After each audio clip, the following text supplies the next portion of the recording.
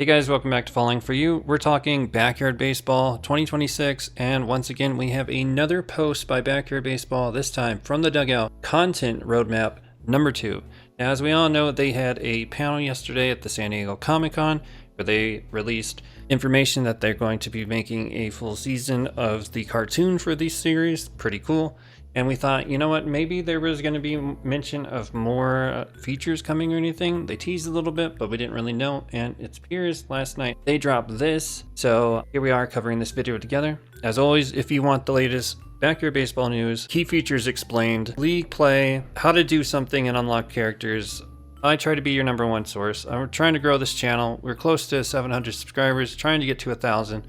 We're really close to 500,000 lifetime viewers as well. If you want to be part of the journey, please consider subscribing. As always though, we're gonna keep hitting the grind and go into this content update. So we start off with a hearty hi-ho sports fans. We're back with another update what's coming to Backyard Baseball. In our last update, we shared how our team is hands-on working on the systems that shape every at-bat, every play in the field, and every close base paths. With this update, we're going to go a layer deeper, providing more specifics on what that entails.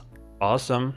Roadmap covers what's about to land and what we're still working on down the line. These updates are a way of showing you what we're building, why we're building it, and why and where Backyard Baseball is headed next. First, let's cover a quick side note for you on the small patch that went out today. Okay.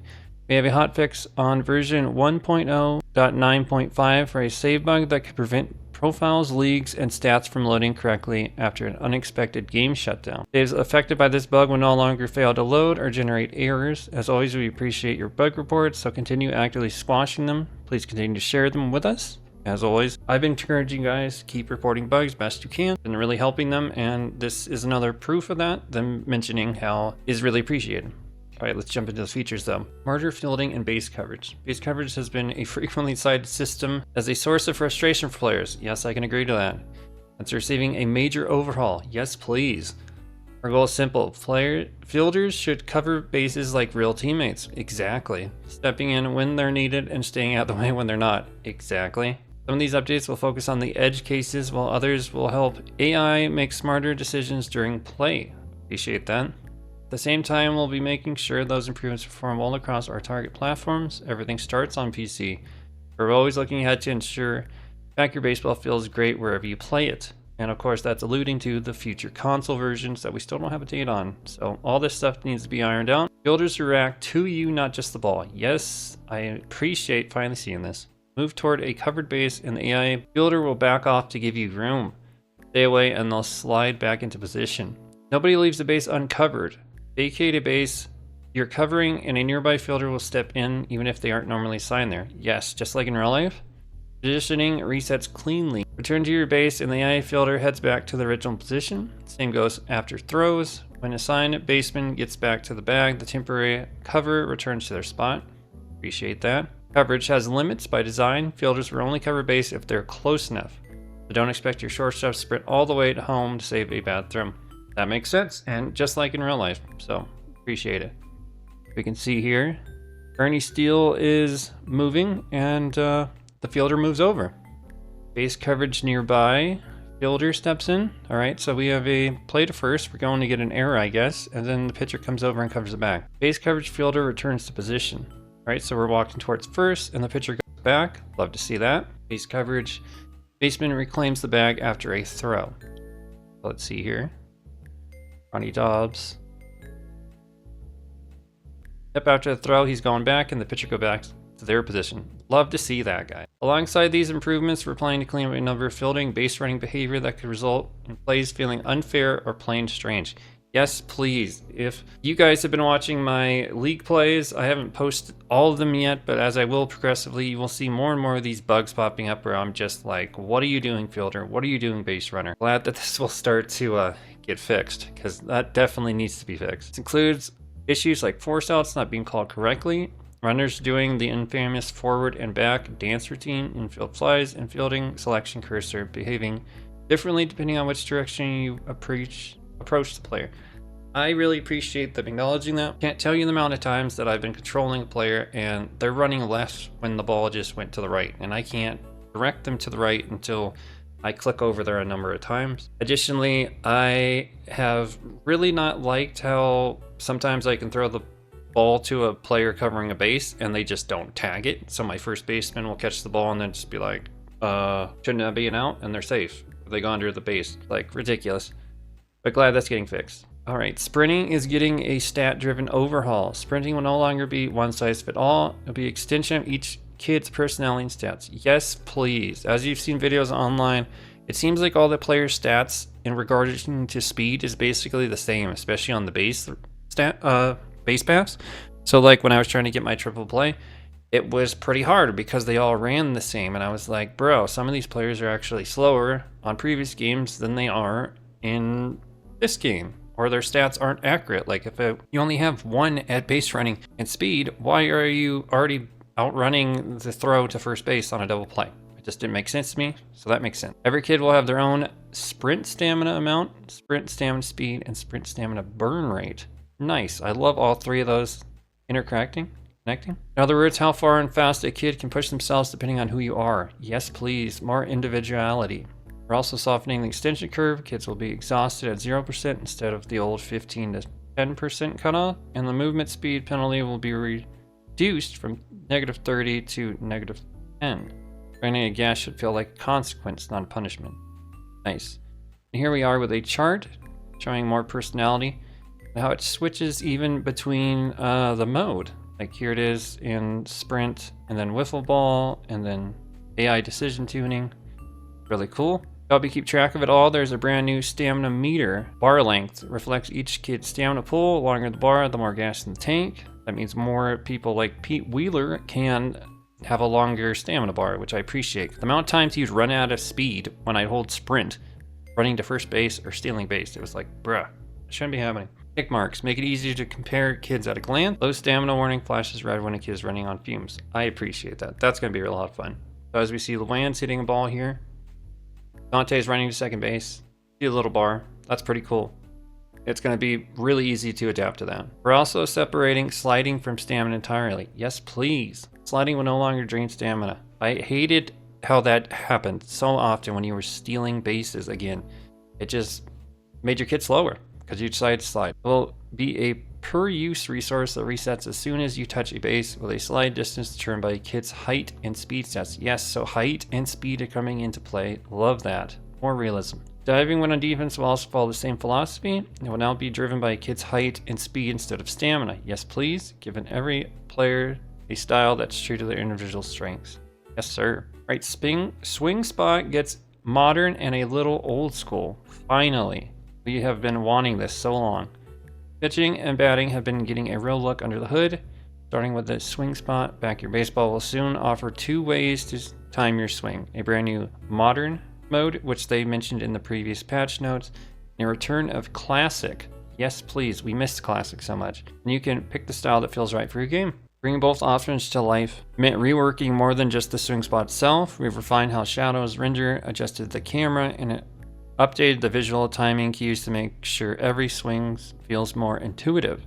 We're also fixing a readability issue that's been bugging us. The strike zone UI used to sit on top of the ball once it crossed the zone.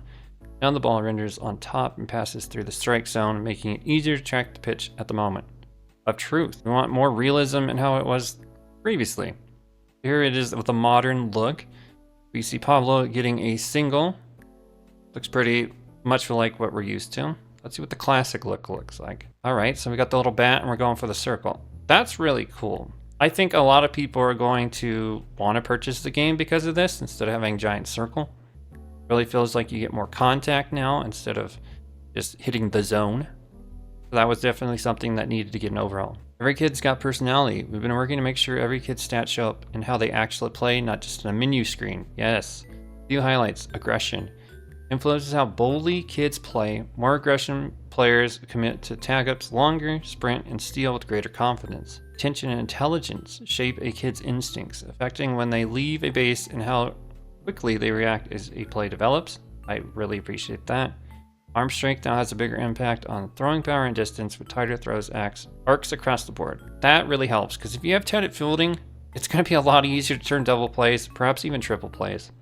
So the triple threat will not be that hard to accomplish now, even though if you still are struggling with that, mind checking out my guide that I mentioned. I am one of the few people that have done all 100% achievements, and I will be posting that video eventually. So if this video does find you in the algorithm, perhaps check that out if you're still struggling. Back to the guide though. Kids' eyes affects the size when pitching and batting, giving sharper-eyed kids a clearer view of the strike zone for better or worse depending on which side of the plate they're on. Nice. Just like in real life. Pitching proficiency. Now track each individual pitch, so a kid's curveball and changeup can feel completely different from another. I have wanted this. It just felt like you were throwing the same pitch, and they were flat at times when you were hitting, flat when you were pitching, because the CPU would just bomb it whenever they wanted to. And now it actually will matter. This is just the beginning of a bigger push to make every kid on your roster feel like a distinct ball player with their own strengths, quirks, and personality. There's more to come. I am looking forward to that, guys. Sharpening the interface with UI and menu improvements. A lot of what makes the game feel good. The play happens outside the batter's box. That is very true. In the menus, the HUD and a little screens you pass through to get to the next game. This part of our roadmap will be about making those moments clearer, faster, and easier to read, so nothing gets in the way of baseball. Watch your achievements fill up. Oh, this is pretty cool. Even though I wish I had achievements to do. But for all of you watching that want to complete these, and as I mentioned, follow my achievement guide coming out, this will be really useful, especially when we're trying to figure out how many home runs we've hit towards Mark McGwire, or how many home runs have we hit in wiggle ball towards Sammy Sosa. Stolen bases for Jeff Bagwell. This is needed. The record book is going to get a visual progress tracker for every achievement. A progress bar shows how close you are to unlocking it, so if you've never left guessing whether you're 1 home run away or 50, yes please. Save your settings, skip the prompt. We're adding a dedicated save button to the options and strategy screens. Hit and your changes lock in immediately. No exit confirmation pop-up standing between you and getting back to the game. That was really needed right there. See the ball on sandy flats. The pitching is getting a visible pass so it reads clearly against busy or bright stadium backgrounds like sandy flats and a few other tricky ones. Squinting at the receptacle is on its way out. I really appreciate that. Know your difficulty at a glance. We're adding a difficulty indicator to the team dugout and pause menu. You stepped away for a while and just forgot what you picked. You'll always have a quick reminder without digging through the settings. This will also help people who are making content so that when we're like creaming the CPU on 3, 4, or 5 stars, people are like, oh, you just lowered the difficulty. It's like, no, bro, it's right there on the main menu. So that'll really help us. Now, whether you're on the up or on the mound, we've added a clear CPU versus player indicator during pitching phase, so it's obvious at a glance when you're the one pitching or you're the one at the plate. I did notice at times it seemed like when the inning would start, you'd see a little glitch where the game kind of forgot where you were. So like I'd come at the bat and I would see like heater, right hook, and then the game would switch it real quick. Same thing with pitching. Like they're like, oh wait, he's not hitting. He's hitting, he's not pitching. So it's like, that's really cool. What else we got here? Reading the pitcher clearly, right? So we're gonna make it easier how locked in the pitcher is when they've selected the visual cue and audio feedback that helps you pick up those tells before the ball ever leaves the mound. Okay, so just like in real life, your confidence shows in the windup. Times pitchers become more expressive. Okay. Changes in their lean leading up to a more deliberate windup maximum frequency. So we can start to read pitches. That's cool. Out of the grip and stuff. So we know when Kenny's throwing a hook or a fastball. The ball gives it away too. Have a subtle pushing glow fading in and out to give you a hint of distracting the pitch itself. You'll hear it, not just see it. We've added a distinct audio cue that will signal when a pitcher is throwing one of their strongest pitches. That's cool. I'm looking forward to that. Not every pitch inspired confidence. We're also exploring subtle hesitation animations like a slight head tilt or slower nod, showing a pitcher isn't confident with a selected pitch. That's cool. So basically we'll see when the meatballs are coming.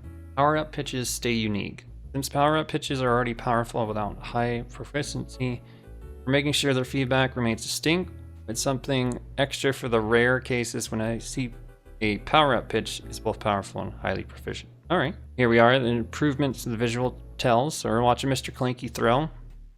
You can tell it's obviously heater. This feature is still in exploration design, so the details may evolve before release. The goal is simple, give players a read on the new pitcher's confidence before the pitch is thrown. Another layer of strategy to every pitcher and batter matchup. I appreciate that. More ways to make it just feel like it's awesome. And real life, we need that. All right, new voices at the booth. Backyard Baseball will be getting a serious boost in the voice performances and audio department. Alongside the bugs fixes and improvements to the game's 20,000 unique voice lines, including more than 17,000 voice lines of dialogue currently in the game. We're also recording brand new dialogue to bring even more variety, depth, and personality to every trip to the ballpark. I really appreciate hearing this because they've talked about previously how many voice lines are in this game, and it feels like we always hear the same ones. So that's cool. 17,000 currently, and they're going to have more than 20,000. I mean, I hope that every time we play this, we hear new things. That's really hard to produce on sports games, but I'm looking forward to seeing what they do. We've already written the new batch lines, recorded a schedule for this coming sprint. We're excited to spotlight 2 of the All-Stars coming to life. 2 people pictured here. Dolores Rogers. She's a part of its history. She first joined the series in 01. Okay, so we have an alum 01. And she built an incredible voice career, voicing fan favorite characters like Bowser Jr. and Wiggler in Mario Kart 7. Okay, she's got some credits. Back in the recording booth in this weekend, recording new lines. Okay. And then Andrea Dryden, the voice of Sunny Day, also recording hundreds of new lines that expand league play, deepen the world building, and bring even more personality to key baseball moments. Before joining, she delivered performances across a wide range of projects, including Storm in Marvel's Secret Wars and Spider-Man. Okay. Along with many other games fans know and love. Can't wait for you to hear what they've been cooking up. All right. I will keep an eye on that because I have been hearing the same lines over and over, so I've been really hoping that was coming soon. Quality of life toggle. This one came from a fan request and we're happy to turn it around quickly. Soon there will be a toggle to turn off specific eating sounds, including Vinny's corn dogs and Stephanie Morgan's enthusiastic chewing. Okay. Interesting. A real condition where certain sounds trigger intense reactions. Okay. How kind of them to acknowledge something like this and make it more accessible for more people to enjoy the game. Was totally unaware of that. All right, custom and generic kids. Heads and expressions. One of the biggest additions in the new backyard title is dramatically expanding the number of generic kids. This opens the door for far more unique players, but it also comes with its own set of challenges. Our character and modeling team has been cooking up new features and systems to give both custom kids and generic kids more personality, variety, and ways to stand out on the field. Head hair and accessories. We'll be making a wider range of updates to improve the diversity and the individuality of every kid you create. From new hairstyles to additional accessories, we're expanding the options so every roster feels unique. The big undertaking, but we think the fans deserve it. I really appreciate that because if you watch my content or anybody else's content, all our custom kids kind of look the same. And we need more individuality, especially if you want to make ourselves or make someone we know. So it's not like, oh, you just made so-and-so's character that a bigger YouTuber did. It's like, well, sorry, you didn't get to see my video first because I'm a smaller channel, but no, it won't matter because our kids should look a lot different. Body refinements. Based on recent creative feedback, we're refining character silhouettes to better capture the iconic Baxter looks. Bodies are being adjusted with narrow shoulders to create a more recognizable teardrop-shaped silhouette inspired by the classic style fans know and love. Okay. Portion sync. Building a modular character system capable of creating thousands of unique combinations is no small feat. Does them all T-posing now. New swag and accessories. What's a new custom kit without the right gear? Very true. We're expanding our accessory library beyond the current sun visors, headphones, and bucket hats. More ways to personalize your characters. The beanie. Okay, I'm loving the beanie. The pinwheel hat. I mean, who's not going to use both of these? It's probably going to turn into a situation where we're all using these again, but if they keep adding to it, it should be pretty fun. We're going to do eye color customization. Okay. More variety for generic kids. Increasing the numbers of your kids' variants to keep league play feeling fresh. Yes, because so many of the kids look exactly alike. We need that. All right, fielding, throwing, and what's next? Our work on fielding and throwing isn't finished. The team is continuing to refine how the game feels moment to moment with improvements focused on responsiveness, consistency, and giving every kid more personality and feel. All right, as they've mentioned. Stronger arms across the board. Yes. Flatter throwing arc, finally, instead of lob throws. We're so tired of the lob throws, guys. Hydro throw and catch responsiveness. Yes, very important for getting double plays or even outs. More forgiving base targeting. The click zone around each base being widened. Yes. Appreciate that. Errors for personality. We're expanding the variety of fielding mistakes tied to each kid's strengths and weaknesses. Draw catches and off-target throws to player collisions. Ooh, I'm really glad they're bringing that back because we missed that from the previous game. Player collisions. Kids just being stupid because they're kids, not paying attention. Yes, it's coming back. But I'm really curious to see how this will come into play again. Cleaner location throws, more sprint and stamina tuning, less bouncy walls. Yes, we need less bouncy walls. Smarter fielder selection, faster setting for grounders. Okay. And then the last setting, still warming up. Plenty happening beyond what's covered here. Here's a look. Continuing to bring each kid's personality stats into gameplay, further refining swing spot mechanics, both modern and class styles, expanding player and league stats, yes. Adding more league play features and presentation polish, yes. Additional world building, storytelling mode, yes. Especially since I spent so much time in that mode. Working through even more of the community wish list, nice. This is all active work, not a wish list. That's awesome to hear. Additional reminder, of course, to again join their Discord and report bugs. We're listening, and your feedback has already shaped where this game is headed. We love this game, and we know you do too. Thanks for being part of the journey, helping us shape what's next. So yeah, this is a really solid update, and part 1 was amazing. Part 2 is even better. Please check out both videos on my channel if you haven't. Really appreciate whoever watched this one. And I'm gonna start posting videos not only of my older content that I've already recorded, but you're going to get new backyard baseball content every day, including as we see these updates filter in the game. Really happy and excited to show you guys that eventually, but thank you guys for watching, especially everyone who chooses to watch this video over somebody else's. Really appreciate it. Really awesome community that this game has. Hopefully I can bring more of that community into my fold, and I'll see you guys in the next one. Don't forget to subscribe and leave a comment down below if you don't want to miss the next video, and I'll be your place for more backyard baseball very soon.